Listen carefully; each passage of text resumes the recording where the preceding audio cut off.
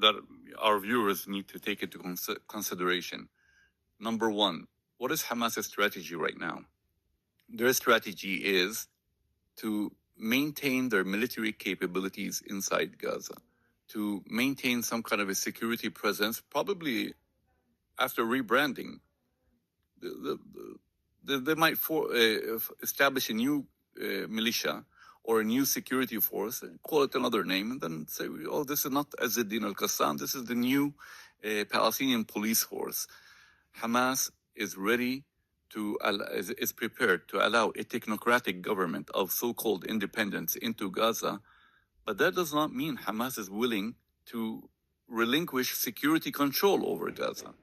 That's number one. Meaning they'll maintain control through those organizations. They want to create the Lebanon model, the Hezbollah model, where you have a government, and then you have, a state within a state. You have Hezbollah, backed by Iran, actually serving, as a parallel state inside Lebanon. This is exactly what Hamas is seeking right now. And it looks, the way things are moving, it looks that, the international community is going along with this, is almost accepting it.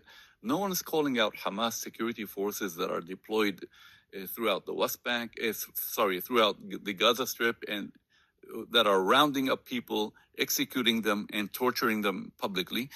So Hamas feels that it has a green light from the international community, and specifically from President Trump, to continue with its crimes first against Palestinians and to remain in power in Gaza.